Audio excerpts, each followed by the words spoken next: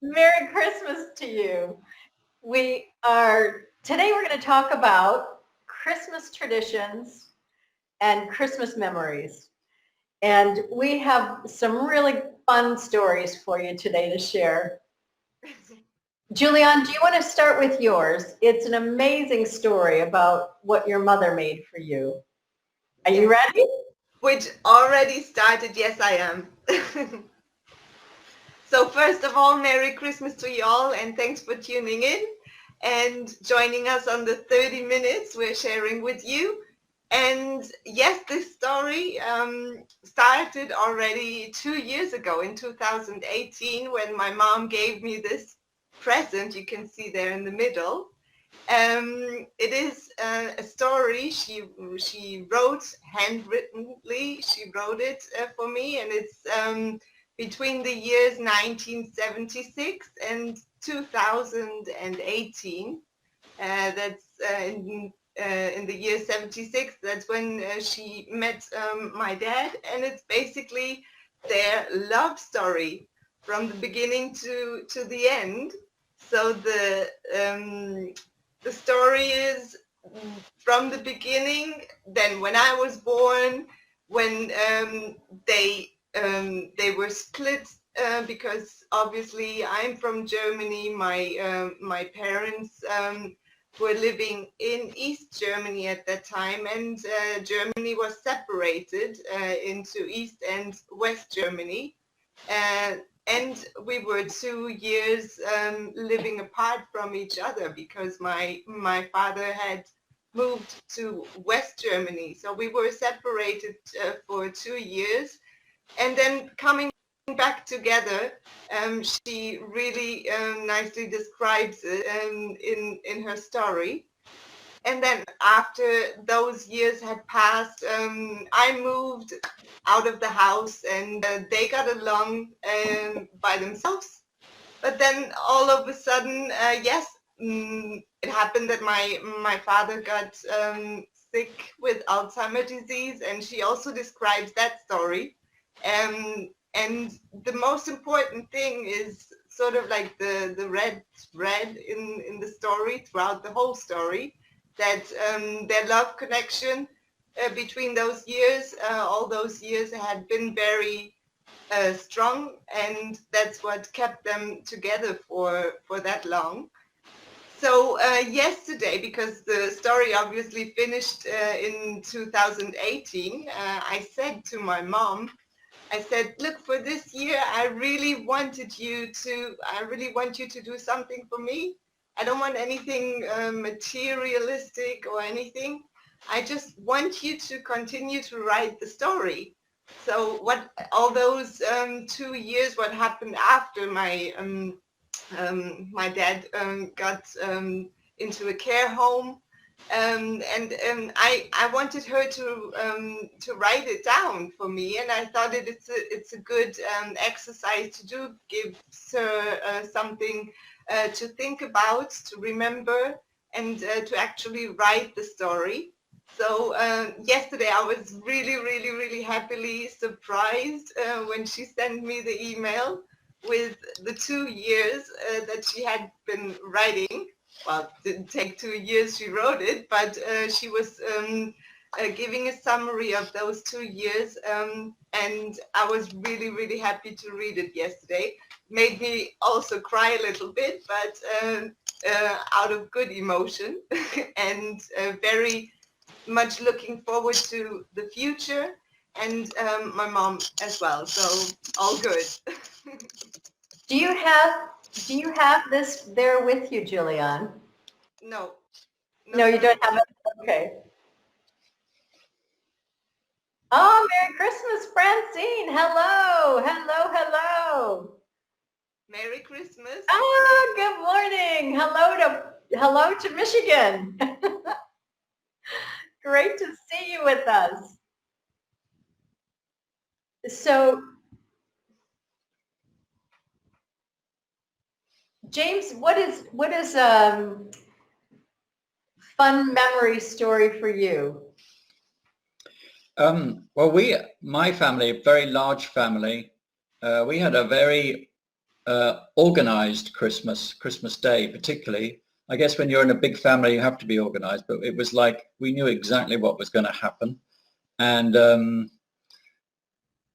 this was, I'll just quickly summarize what the ritual was, because it's kind of a ritual, isn't it? You do the things. We got up in the morning. Santa Claus had brought us a few things. That was exciting. One of the things that Santa Claus always brought us was a balloon, a blown up balloon, inflated balloon. And one of the things to keep us quiet during the morning while we were waiting for lunch was rubbing the balloons and making them stick on the ceiling. I don't know if you've ever done that, but I know it sounds strange when you say it, but it seemed like fun.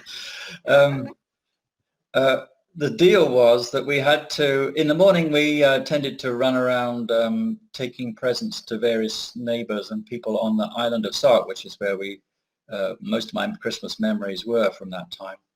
So we were kind of marooned, if you want to think of it, winter time on a small island in the English Channel. Often it was blowing a gale, not always, but you kind of felt isolated. So you were very much your own thing, you did your own thing. And so the morning kind of kept us busy. Then there was a very traditional lunch, turkey and all that stuff. English traditional, Brussels sprouts and roast potatoes and bread sauce and mince pies and Christmas pudding. And my dad had a gadget that you could set fire to the brandy, and you put a sprig of holly on the top of the Christmas pudding.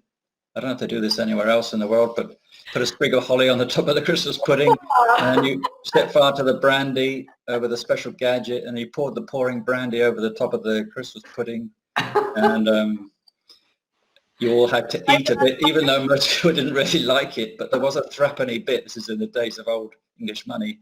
There was a threepenny bit wrapped up in a piece of greaseproof paper that somebody would get, if they had that right piece of the Christmas pudding. So. Yeah.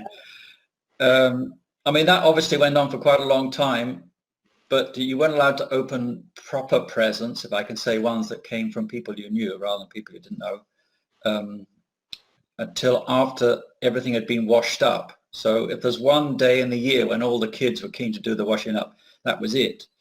And then there was a bit of a performance opening presents, because with a big family you've got a big pile, and there's youngsters as well, and you've got to keep tabs on who's got what from who, because we did have a very strict ritual of writing thank you letters, actual letters to people to say thank you for things, which actually I think that tradition has pretty much died, but I thought it was a good discipline actually. Well, we do that, don't we?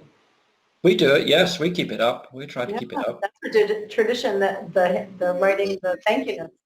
Immediately I got the email. Yeah. Yes. Yes. Thank you notes by email now. Yeah. So that was the tradition. Still writing, yeah. But I do remember there was one Christmas when 2 days before Christmas, one of my mother's great aunties who lived up in Scotland had died, and there were, I forget which one, there were three of them lived together in this big old manor house in Scotland, and one of them died. It may even have been the last one, I can't remember, I don't think it was, and she had to leave the island like 2 days before Christmas with my mother did, yes. So she's like, as you know, mothers are always the kingpin of all this organizing stuff. So it was like, yes. She had to leave, and my youngest brother was only a baby at that time, I think only 6 months old. So I have this very strong image of standing on, it's a bit French lieutenant's woman sort of image, if you want, of us standing on the north end of the island watching the boat with her and the baby sail off into a northwesterly gale. The boat was bucking around, and we were left to fend for ourselves for Christmas. I don't know which was the stronger feeling, mother disappearing into the gale, or us having to figure out what to do on our own. How many of there were there at home with your dad? There was 5 of us with my dad and a friend from Edinburgh who actually was visiting. I have a feeling it was the friend from Edinburgh who rescued the situation, knew what to do with the turkey, you know. I don't have any memories of that actual Christmas day, but I do have a very strong memory of my mother disappearing into the distance in a northwesterly gale, you know. It's like... and that's, the sea is crazy, crazy in the winter there. Mm-hmm. Oh my goodness. Oh my goodness. It was sort of like Home Alone, right? Home with the rest of your brothers and sisters. Oh my goodness. How fun. How fun. How about your story, Lorrie? Yes, I have the most fun memory. It's still just, I'll put the picture up because it's hard to describe it without this picture. This is my mother and dad in 2010, and it was my dad's last Christmas with us, I believe, and he was in a wheelchair, he had dementia, and that was one of the main things that connected Juliane and me when we first met a long time ago. Having the fathers with dementia and our mothers, you know, helping them through. So I went and picked up my dad from the nursing facility, my mom and I did, and we were at the shopping mall, the local shopping mall in Port Huron, Michigan. And we were walking through, it was a weekday, it was middle of the day, it was absolutely quiet, no one around, and pushing my dad through the shopping mall and walked past the big Santa castle and the elves and Santa, and I looked at my mother and I said, Santa looks really bored, Mom. I think we need to go talk to him. And my mother was always up for some kind of fun, something or other going on. So I ran off over and I talked to Santa. I said, are you okay if I bring my mom and dad over here? And could we do a picture together with you, with my mom and dad? It's one of my dad's last Christmases together with all of us. And I would love a fun picture memory. So, yes, absolutely. Yes, he was all for it. And the elves were excited. And so took my mom and dad over and got them all situated. And my mom's sitting on Santa's lap. And she was having a blast. My mom and Santa was so excited. And you can see my dad, he was smiling away. And some of my cousins, my dad's sister's children, some of the boys were very, very close with my dad growing up. And so I sent them, for Christmas that year, we sent them this picture. And I think we sent it to most all the MacGilvray family for sure, probably the Sexton family as well. And it was just, it's such a great memory. It's just so much fun remembering these just special moments that you create.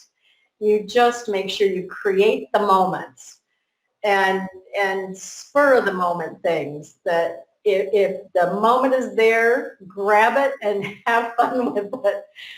Because I can sit here today and just giggle, laughing, remembering this time. And yeah, that was one of my favorite memories of Christmas for sure. I've had many, many, many.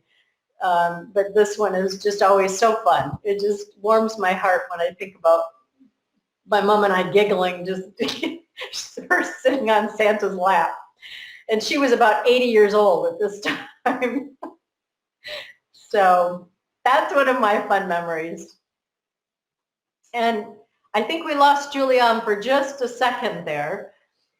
She'll pop back in. I think she's having a little bit of internet issue today. So one of the other fun memories that I have, James, you were in on this with me. I used to, years and years ago, I used to make Christmas cookies. And then I got involved with a group of people, and we would make international Christmas cookies. And then when we lived in Wales in the UK, one of my dearest friends was from Germany, who had been going to university there, and she's become a lecturer at the Cardiff University. And we got talking one day about traditions and making Christmas cookies, and we ended up deciding that we were going to do international Christmas cookie and do Christmas cookie exchange. And then James got involved, so I was making some traditional Christmas cookies I used to make, the little thumbprint cookies with the pecans, and you put the thumbprint in it, and you put some fresh jam in it. And I think I used to make peanut butter cookies because that was one of my favorite. It wasn't necessarily Christmas.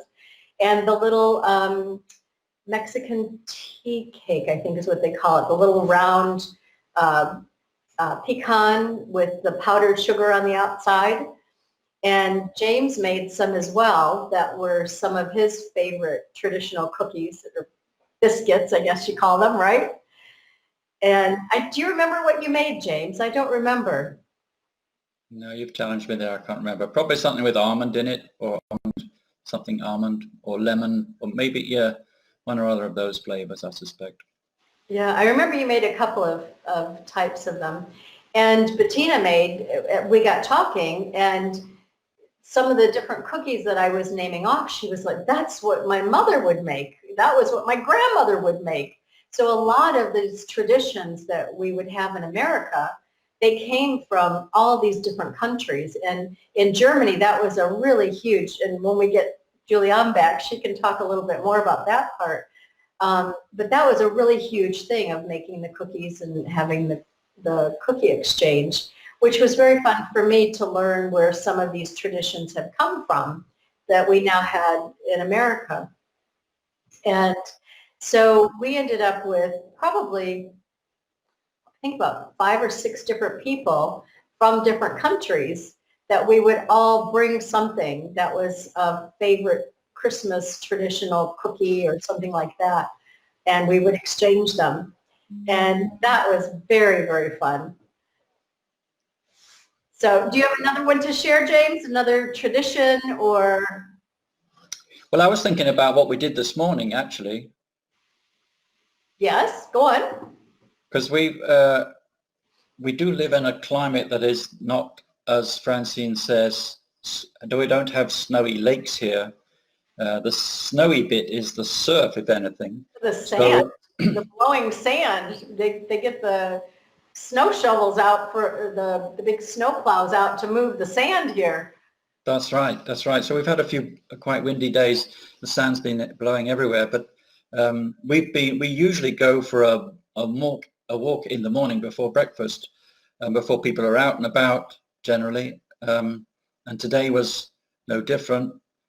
We went to our favorite beach. Sun was shining. It was quite, the wind was blowing from the east, so quite rough water. I went in for my usual morning dip, catch a few waves, body surfing, get out of the water before the lifeguard could come along and put the red flag up, which he did, of course. So I do have, I guess my Christmas tradition is dodging the lifeguards. How about that?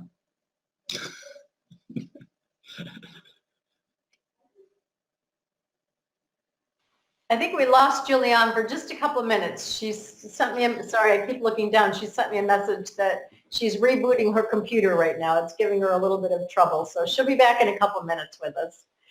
So we've just had so many incredible, fun Christmas traditions. I can remember with my brother going way back when we were both still living at home. We would, it was almost a race which one of us would wake up first and get into the living room first to see what was there. And my poor mother, we would just drag her out of bed. It would be almost middle of the night, probably. I don't even know. And so she would start. We didn't have the tradition like you had, that you had to wait till after dinner and everyone washed up, which I think is a brilliant idea. I think that is the best Christmas tradition I've ever heard. Well done to your mom and dad for with all of you at home. I mean, my goodness, a house full of what, 10 people. So it was, as soon as we got up, what was left, what's there, what's under the tree, and my mother would give us, I think she would give us one that would be a real special one that would keep us busy for a while, and so bye, Francine, have fun, Merry Christmas, and so my mother would lie back down on the sofa. She would have been up half the night getting everything ready for Christmas. And so she would lie back down on the sofa and give us one of our gifts that was like something really interesting that was going to keep us busy for quite a while. And she'd go back to sleep until an hour or so later. And we would be so excited, Mom, wake up, look. Poor Mom. Of course, Lorrie, there's the tradition here in I don't know if it's all through Spain, but in just this county where we are, where the council puts out these red post boxes with three bouzons, as they call them, 3 places where you can post letters to. You don't post them to Santa here, you post them to the 3 kings, and there's 3 letterbox. There's 3 openings, one for each of the kings, and that's what, Melchior and Caspar and Balthazar, I think it is. So it's trying to remember what he's. We'll have to get a picture and drop it into the feed underneath the posts on 30-Minute Mastermind. It's amazing. It's these giant, huge. They look like post boxes, don't they? They're just beautiful red post box with these beautiful hats on top of them. Almost like a crown hat. Mm-hmm. There's 3 letter slots for them, and the one down at the corner by us has a beautiful little Christmas tree. And they're just fantastic. All the villages have them this year. Before it had been just in the middle of town, wasn't it? That's right, and I think to keep people from going into town, they did it this way. Yeah, this year they've done them in all of them. We'll post a couple of beautiful pictures. The other just amazing tradition that whenever we would be here in Fuerteventura was the 3 Kings. And that's actually, is it the 6th of January?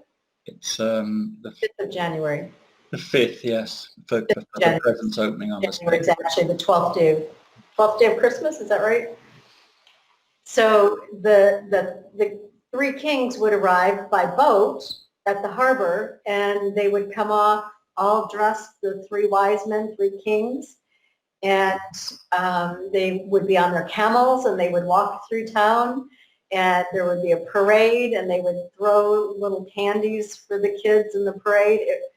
Fantastic, absolutely fantastic. That has been an amazing tradition that I just always looked forward to.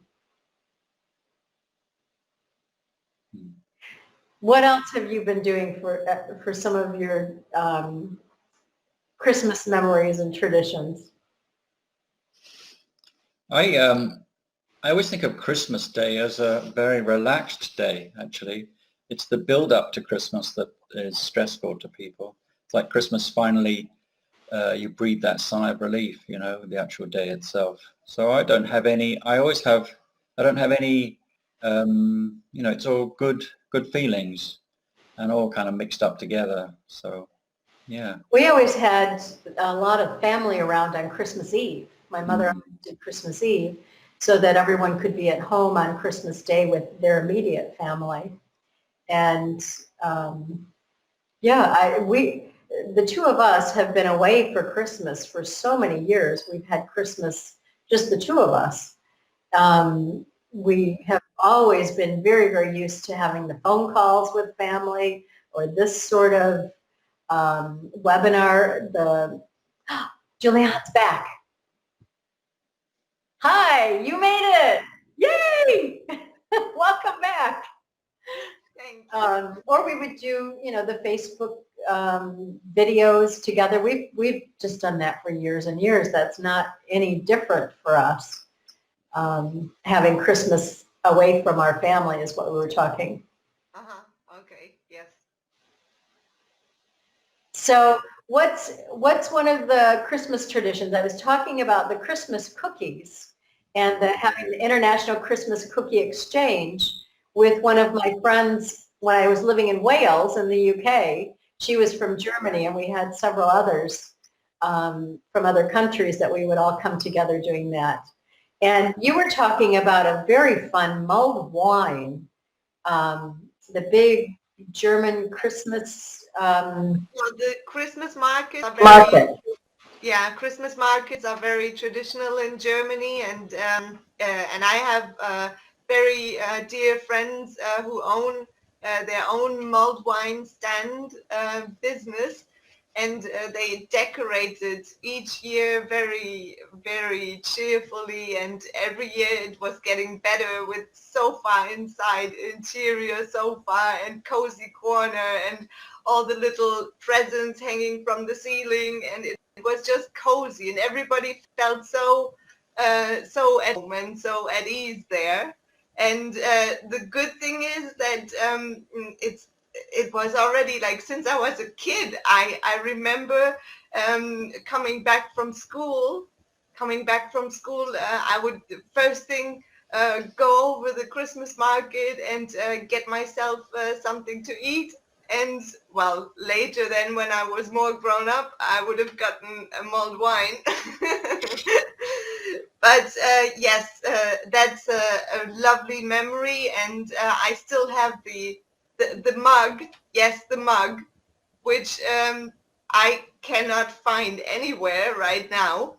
This year, I don't know where I left it, but I still got it.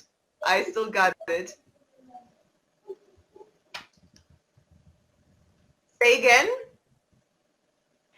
Maybe you turned it back in and didn't remember. Yeah. No, I didn't. Nope. I haven't turned it in. No. It's It might still be at your mother's then. Maybe it's there. yeah. Oh, so we're coming down to the end of our 30 minutes already. Wow. Yeah. Quick. Very quick, always. Every week just zooms right past the 30 minutes. So, yes. So leave us a message if there's any special Christmas tradition you have or special Christmas memory you want to share with us or anyone else on the 30-minute mastermind. We'd love to read about them, hear about them, make a little audio about it or video, whatever's the easiest way for you to communicate it to us. We'd love to hear about it and drop it in the chat comments underneath. We would love to hear about it. So Merry Christmas. And Jen, hello, Jennifer. Oh, that's so lovely. What a Merry Christmas. That's one of our daughters. Just popped in to say hello, Merry Christmas to everyone. Oh, thank you, Jen. Love you in Michigan. So we're just finishing up. We were just talking about very fun Christmas traditions and memories. And Jennifer, we were talking about making Christmas cookies. That was one of our long time Christmas traditions that we've done for years and years. And I think you were doing it, I think, with your grandchildren, which would be my great-grandchildren, our great-grandchildren. Unbelievable. This is unbelievable, eh? Yeah. I know. Just for me to even say it is unbelievable. You did hear correctly. Great grandchildren. Yes, it is. That is correct. That is correct.